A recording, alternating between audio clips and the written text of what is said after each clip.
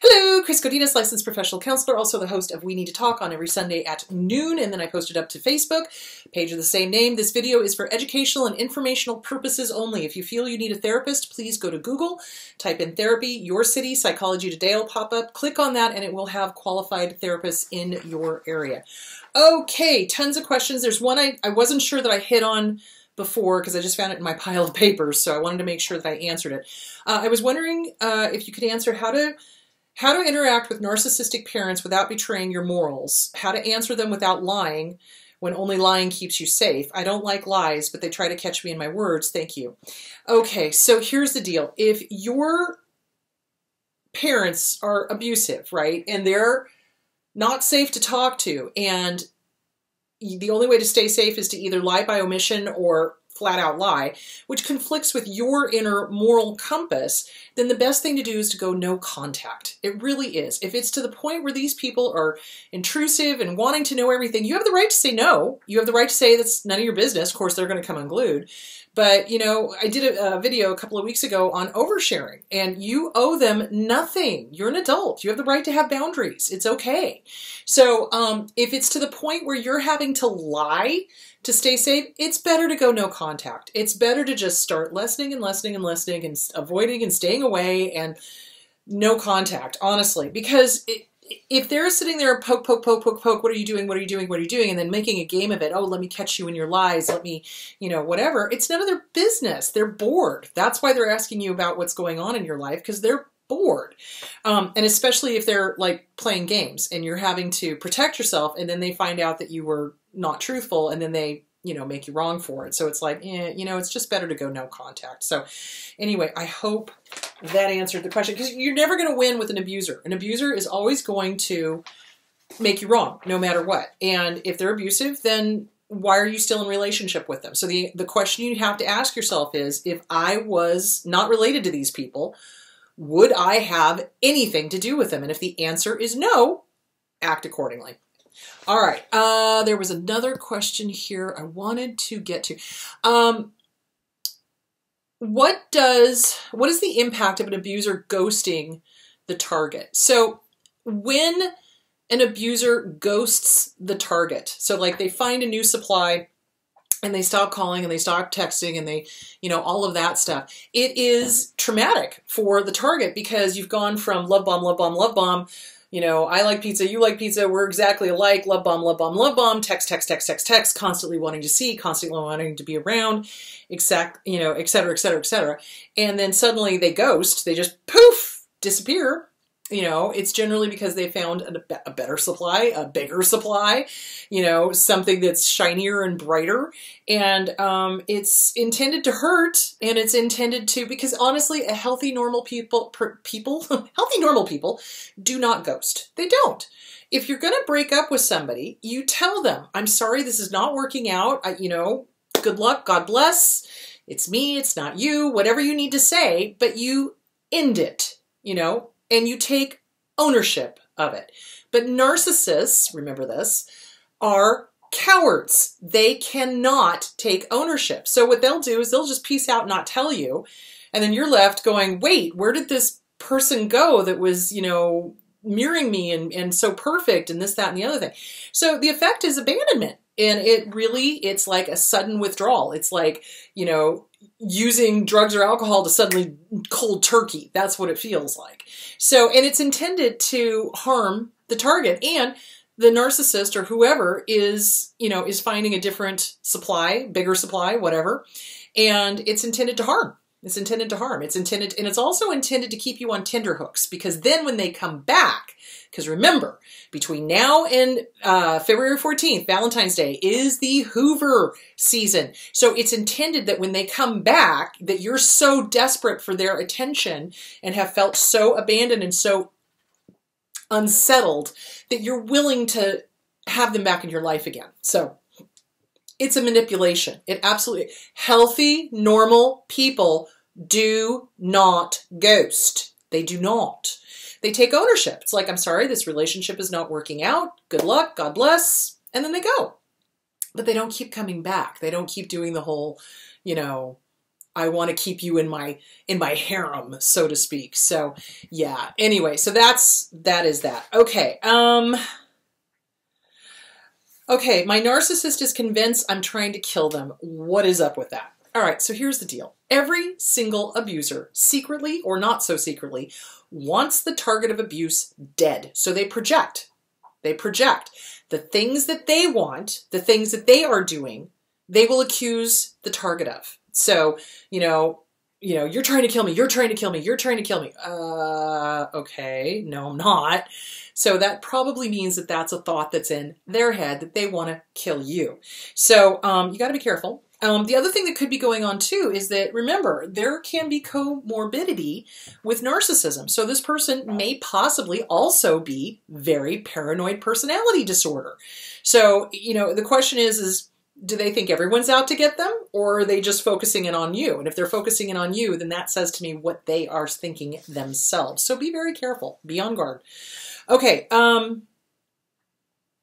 Okay. Lost friends and family, recently divorced, long-term marriage, read a lot of the narc books. Need suggestions on which path to start. Lots of different suggestions, but which way to start? Okay. Well, so here's the thing, guys. I don't care what book you start with. I really don't. I don't care. Self-esteem is the core, though. I got to tell you, it's like everything literally boils down to self-esteem and boundaries. So the two best books to start with would be The Self-Esteem Workbook by Glenn Schiraldi, okay, and The Disease to Please by Harriet Breaker, because you're going to be building boundaries, and in the Self-Esteem Workbook, you're going to be working on what is your sleep behavior? What are you eating? What's your exercise like? What are your daily thoughts? What's your thought catalog like? What are you doing? So that's really a good place to start. It's not quite as threatening as going straight to the CPTSD from Surviving to Thriving by Pete Walker. That can be very triggering. Self-esteem workbook can be very triggering, especially if we had family that was constantly telling us, oh, don't you love yourself? Oh, you're arrogant if you love yourself. That's bullshit. And let's just clear something up right here, right now. I've heard people who are not therapists say, oh, there's healthy narcissism. No, motherfucker, there is healthy self-esteem. Okay, there is a huge difference between narcissism, which is other esteem, other people telling you you're great, etc., and self-esteem, which is just the little voice inside your head going, good job, keep going, I love you, excellent, oops, you fucked up, okay, make amends, okay, move on, okay, good, you did, all right, great, forgive yourself, great, move on. Yeah, do you see where I'm going with that? So self-esteem is what healthy people have. Okay. All right. So start with the self-esteem workbook. Eventually the books you're going to work on are going to be all of them. You're going to work on all of them. You're going to work on CPTSD from Surviving to Thriving, The Inner Child Workbook by Catherine Taylor, Radical Forgiveness by Colin Tipping, Radical Acceptance by Tara Brock. I mean, there's a ton of really great books, but you start with self-esteem because you need that base, that total solid base, so that nobody can knock you off that base. Does that make sense? So that's where I would start. But you can start anywhere. But just remember, the CPTSD workbook by Pete Walker is going to be triggering, and the Inner Child workbook by Catherine Taylor is also going to be triggering, just because it's dealing with the family of origin stuff. It's dealing with the mistaken thoughts, the mistaken beliefs. What did our abuser tell us? What did we believe about ourselves because of what these assholes said? So yeah, so just be aware. Don't give up. Don't stop. Don't allow this to stop you. Do the mirror work, right? And make sure you put this inner critic and the external critic, the outer critic, put them both to bed. Seriously, you've got to be really good about shutting them down. So there that is. Okay. Do you agree with all doctors, therapists, coaches' view on abusers? Narcissists not capable of change. They're not capable of change. A true narcissistic personality disordered person is usually comorbid with antisocial personality disorder. That's where you get the dark triads. So it's antisocial personality disorder, narcissism, and control freak. Those do not change. Those do not change, period. Full-blown NPD, narcissistic personality disorder, does not change. They don't. They absolutely don't. They do not have the empathy cog that the rest of us have.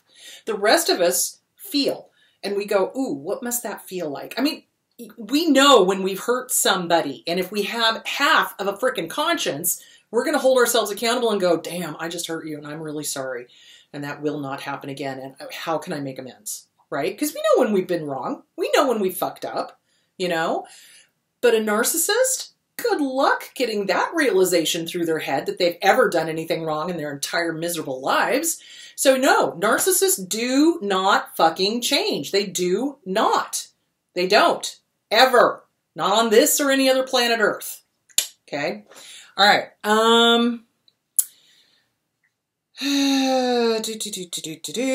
Why do they all behave the same way, no matter where they are in the world? Well, okay. So every single mental health disorder has got markers, okay? And they do all behave the same way, no matter where they are in the world. All schizophrenics have those markers of, you know, delusions or visual. Yeah, sorry, brain gone. So they'll either have delusions going on, they'll either be paranoid, or they'll have hallucinations, you know, audible hallucinations, voices talking to them, or they'll see things that are not there. And those are the same no matter where they are in the world. And this is how come we have the DSM-5, which is somewhere in this room. Oh yeah, across the room. Anyway, but that's how we decide what's going on here. That's what that is for. It's the diagnostic manual. And so it helps us tell what the heck's going on. So that's why it's the same no matter where it is in the world. Is it a spiritual issue? Maybe. You know, I have my personal opinions on that one because they do act kind of like, you know, demons. But the truth of it is that they act that way because those are the characteristics. You know, the narcissistic characteristics are the same no matter where you are in the world. And that's what we look for when we're diagnosing. So there's that. Okay. What type of therapy is most effective for isolated teens enmeshed in a trauma bond, parental alienation situation? Well, either CBT or DBT, dialectic behavioral therapy, or cognitive behavioral therapy. Either one. It's the most important thing, though, is for the kid to be able to express themselves. Because the main thing that happens to us as abused kids is that the abuser obviously is not listening to us. They don't care, you know, and so the kid feels unheard, unimportant, you know. The common thing that abusers say over and over again, you know, and at first, when I was first getting into this field, I thought my dad was the only one that ever said this. But they would say things like, you know, oh, children are to be seen or not and not heard. But then I've heard that expanded to women are to be only seen and not heard. And I'm like, damn. So yeah, they say things like that. And so they devalue and disrespect kids so that they don't get heard. So no matter what therapy it is, just make sure they're getting heard and that they're being respected. That's the big thing. So there that is. Okay. Ways to practice. What to say to learn to practice and to be happy being alone.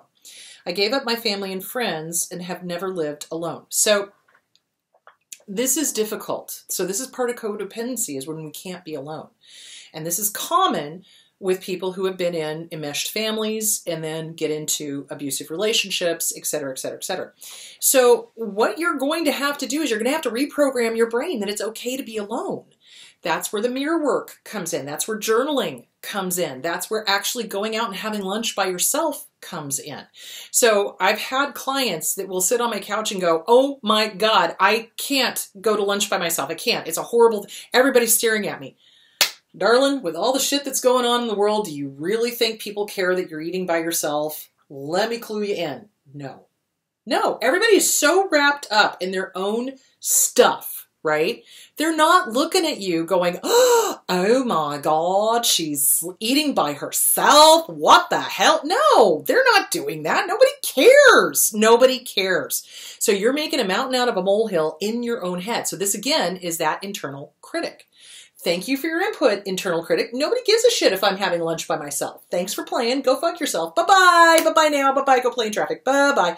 See where I'm going with that? So, yeah. So what you do is baby steps. You do baby steps. So what is the worst thing about being alone? Journal it out. What's your fear?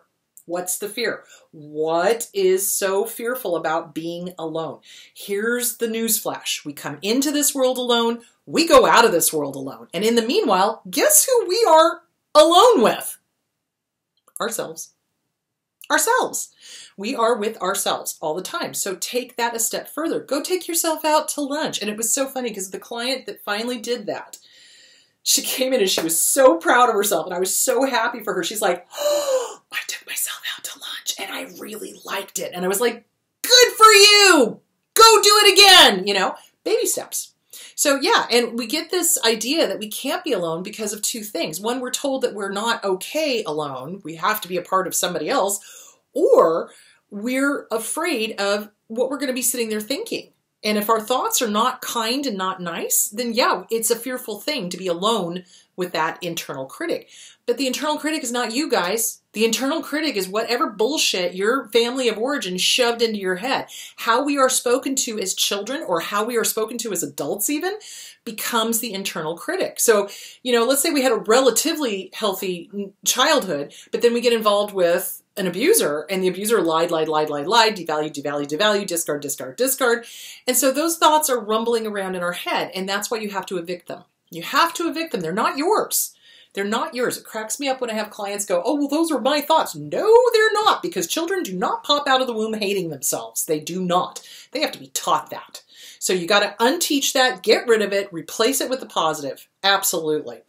Okay, so that's how you start working on that. And it takes practice. Mirror work. Hi, good to see you. Oh my God, have a great day. You know what? It's okay to take yourself out to lunch and be alone. Have a fun time doing that. I'll talk to you later. And then walk out. So you're reprogramming. You're reprogramming. And I know people, it's so funny. Everybody's like, does that really work? And I'm like, yeah, I wouldn't be telling you to do it if it didn't.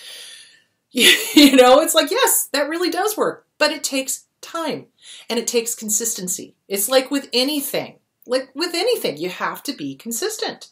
You have to do it daily. You have to be mindful about it. You have to remember to put the internal critic down and replace it with a positive daily, minutely, sometimes, depending on what this thing is saying. So it takes practice, and it's not a one and done. It's going to be repetitive. And then eventually, one day you wake up and you're like, oh, this is okay. I'm okay. Hey, I'm going to go out now. You know what I'm saying? So yeah, it takes time.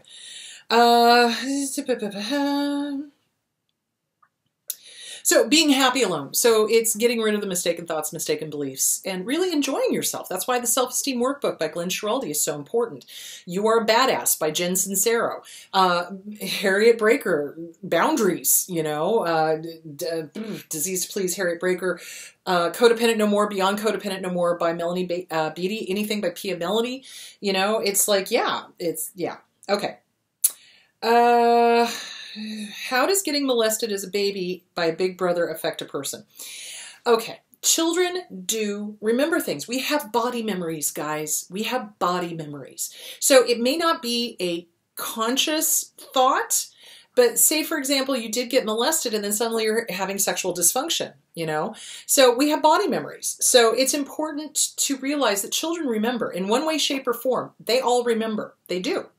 So it'll affect you in some way, shape, or form. So just be prepared, you know, and work on that trauma and, you know, and then go from there. But yeah, it does. It comes out. The Body Keeps Score by Bessel van de Kolk. Great book. Oh, what was the other one? There was another one that was a somatic one. Crap.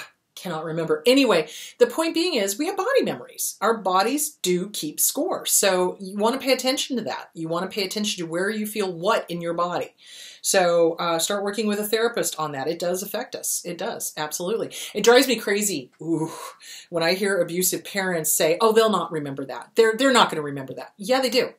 Yeah, they do. Babies are not stupid.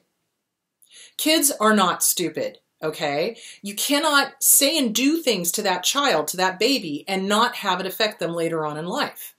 So, again, that is the objectizing, I think that's the right word, objectifying, that is, there we go, objectifying a child. And that's what they do. And they do that to everybody. So narcissists and abusers, they do it to everybody. They objectify us so that we're objects. Oh, we don't really have feelings. Oh, we're not going to remember that. Oh, you were too young. Bull fucking shit. Hold on. Kids remember. Kids remember. So yeah, it does affect us. Absolutely. Okay. So you definitely want to work on that. You definitely, Body Keeps Score, Bessel van der Kolk. There was some other book I was going to say, and it's right on the tip of my tongue. And when I think about it, I'll say it on Sunday. Okay. Can you talk about forgiveness? Okay. Here's the deal. You don't have to forgive your abuser. You don't. And forgiveness is not what people think it is. They think it's this, I forgive you and it's okay. Do I forgive my dad? Yeah, he's not in my thoughts 24/7. He's not. He's only in my thoughts when I have to give an example to somebody about, okay, this is abuse, you know, or hey, this is what this person did, similar to what your person did. You're not alone. Do you see where I'm going with that? So forgiveness is not, you know, oh, I forgive you and it's okay. And it's not about the other person. It's about us. So there's a difference between compassion and idiot compassion. Idiot compassion is where you go, oh, that's okay. You can do it again. I will stay in your life, or you stay in my life, and I'll try to fix and heal you. No, that's idiot compassion. Pema Chodron talks about this. Compassion is being able to go, yeah, I know exactly why my dad did what he did. I understand that he came from a dysfunctional, alcoholic, 8 generations worth, you know, grandmother on one side was clearly borderline.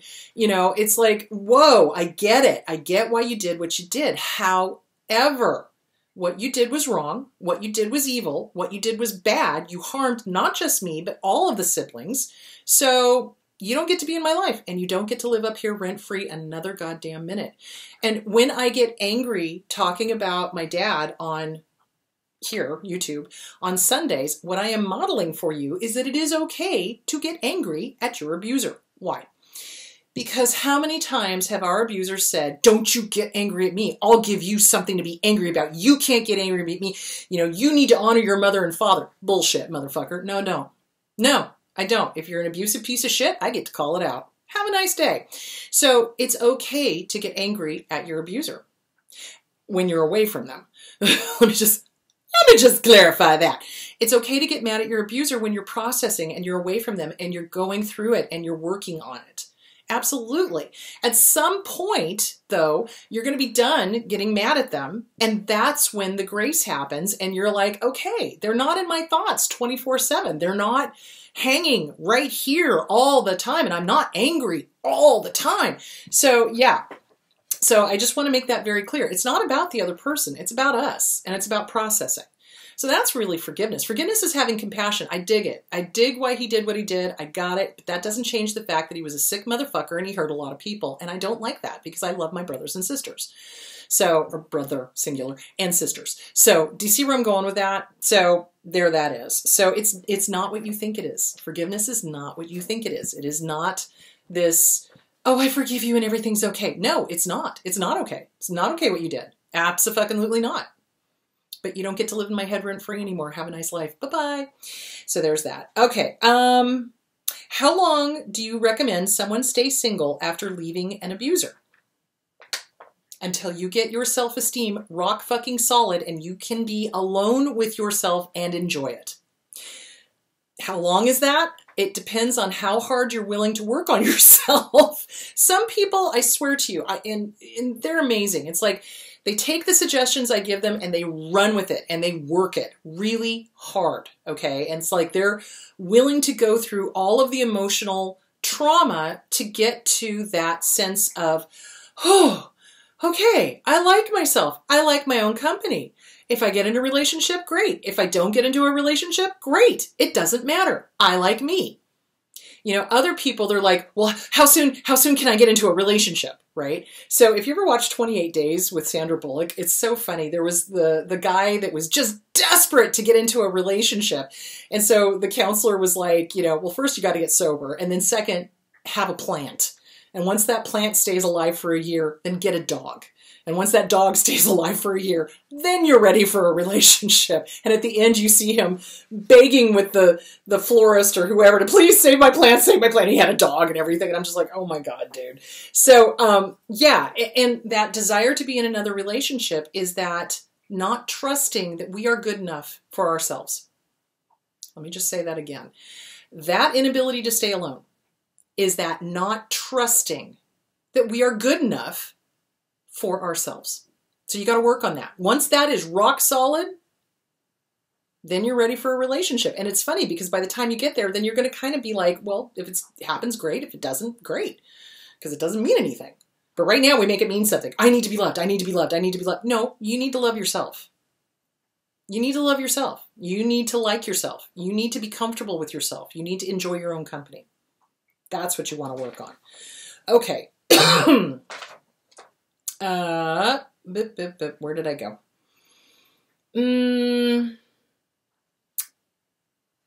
How do I go about minimal contact with an abusive ex, but we have 5 kids? He is very pushy. Okay, so when you are leaving an abuser and there are children and there's a custody thing, you have to stay in contact with them if the custody order says so, unless you get full custody. But if it's 50-50, you have to stay in touch with them about the kids. That's it. So you just stay in touch about the kids. So if you're having a problem with that, my strong suggestion would be to get a hold of Susanna Quintana at SusannaQuintana.com, because she has gone through this and she can help people. She's really good at this. Help people read through what's going on and say, okay, only respond to this, only respond to that. Do you see where I'm going with that? Because what abusers love to do, they will send 14 pages of just, you know, you did this and you and you and you and you and you're this and you're that, and name calling and everything in the book, right? And then there's this one tiny little sentence about the kids or the kid. And you only need to respond to that one tiny little sentence. Do not respond to anything else, because all of that, rest of that is just narcissistic supply. They're just looking for an argument. They're looking for somebody. Because remember, they would rather have negative attention than no attention at all. So they're just looking for narcissistic supply, and they're looking for an argument. Don't give it to them. You just respond to that one little sentence that's about the kids. Yes, they do make us lose our marbles. So that's why I'm saying you're going to have to start looking at this as a comedy, really. It's like, oh, wow, so he's doing this again. Holy shit, 14 pages of you. One single sentence about the kids. Wow. And find some humor about it. See, this is the thing. They want us to take everything seriously. They want us to believe everything that they're saying. And we personalize it. You've got to understand, when they are being vitriolic and nasty and vicious and just vomiting nastiness all over you, it's not about you. It's not about you. Stop personalizing it. It is about them. They project all of that hatred. Guess how they really feel about themselves, but they can't own it, so they spew it out over somebody else. This is why they need the drama triangle. They need to be the hero, they need a victim, and you're the villain. So you just don't play. You just don't play. Don't play. The best way to win is to not play. So stop allowing it to drive you crazy, hun. It's not about you. It's about them. And your mission is the kids' well-being. That's really what you got to focus in on. So when you're scanning this horrible junk, what you're doing is you've got to go, okay, I got to look for the kids. Look for the kids. Don't take it personally. Look for the kids. Aha, here's the one sentence about the kids. Okay, I'm going to respond to that. Susanna Quintana at SusannaQuintana.com can help you with that. She's really good at that. Really good at that. And she's willing to read the emails and then pull out what you need to respond to if it gets to that point. And, you know, sometimes that's worth it. It's worth it to pay somebody to do that if it's to the point where it's just so abusive that you're just like, yeah, you know. At some point, though, you're going to get to the point where you're just like, you know what, he can say whatever he wants, you know, which is a beautiful place to be in, but you're not there yet, obviously. So to work on realizing it's about him. And really, your mission is to find that one sentence that's about the kids and respond only to that, and don't take anything personally. Because that's what they want. They want you to take it personally so that you can keep arguing with them, because it's narcissistic supply.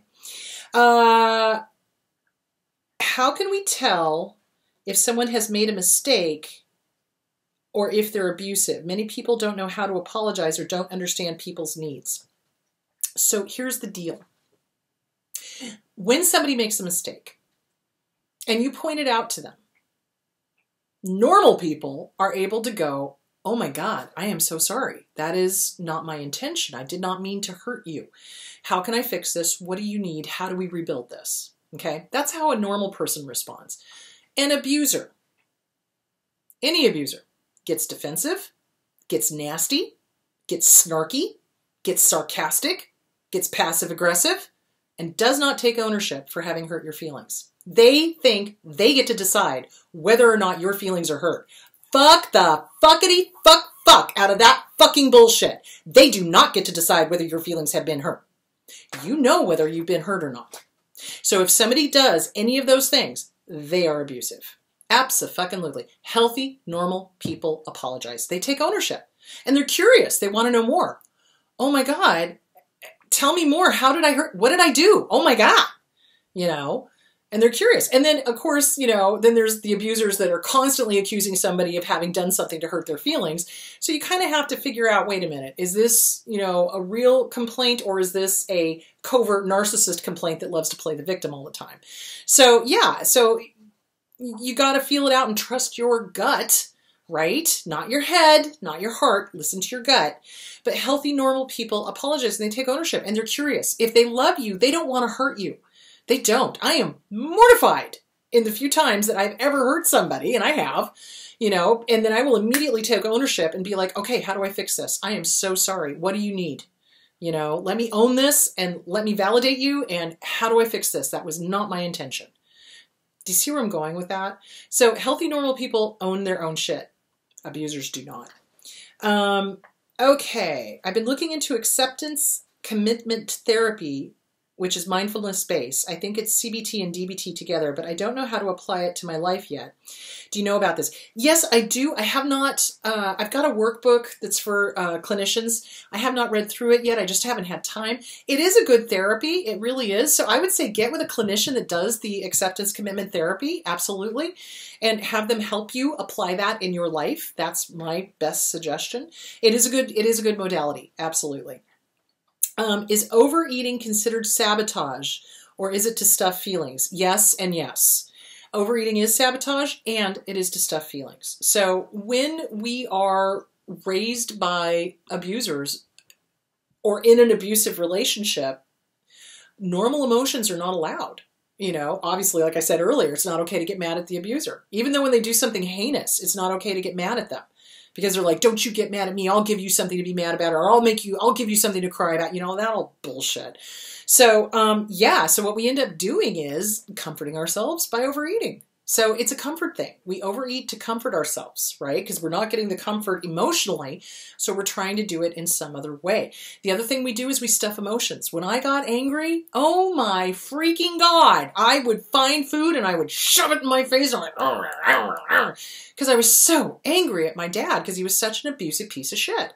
So yeah, it is both a self-sabotage because we're not really doing self-care at that point. What we're doing is we're, you know, trying to comfort ourselves in a maladaptive way, or we are stuffing emotions and eating them away, you know, like stuffing. So it's really important to, why are you eating?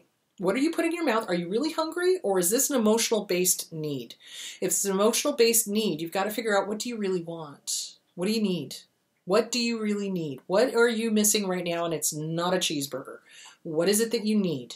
And then start working on healthier self-soothing. So positive affirmations, self-esteem workbook by Glenn Schiraldi, exercise, meditation, that type of thing. So look into that.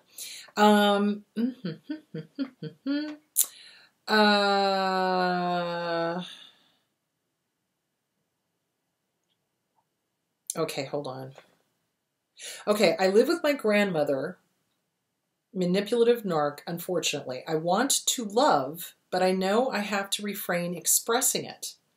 I'm afraid the mask will become me since I use it all the time. So, here's the deal. You got to get away from it. It's really hard to heal while you're in the environment that is damaging you. Does that make sense? So, if you are in an environment where you're having to not love, no emotion, you know, do whatever the narcissist wants, it's really hard to heal. And you lose yourself. And trust me, it's not worth it. So my suggestion would be, save up your money, get out, get a good therapist, start working on who you really are. You can start working the self-esteem workbook now, but like I said, it's really hard, not impossible, but really hard to heal if you are in the environment in which you are being damaged. So I would get with a good therapist, I would start saving up money, and I would get out as soon as possible. Okay, guys, that's all the time I have. This weekend, we are talking about body dysmorphic disorder. So kind of along the lines of a little bit about what we talked about. So our abusers lie to us, and tell us that we're fat when we're thin, or thin when we're fat, or, you know, whatever. Or that our nose is awful, or our eyebrows are off, or whatever, or they don't like our hair, or whatever. So they lie, and if we hear it often enough, we start believing it. And then we start thinking there's something wrong with us physically. So I'm going to talk about that this weekend. You guys have a great couple of days, and I will see you on Saturday when we talk about body dysmorphic disorder. Talk to you later. Bye.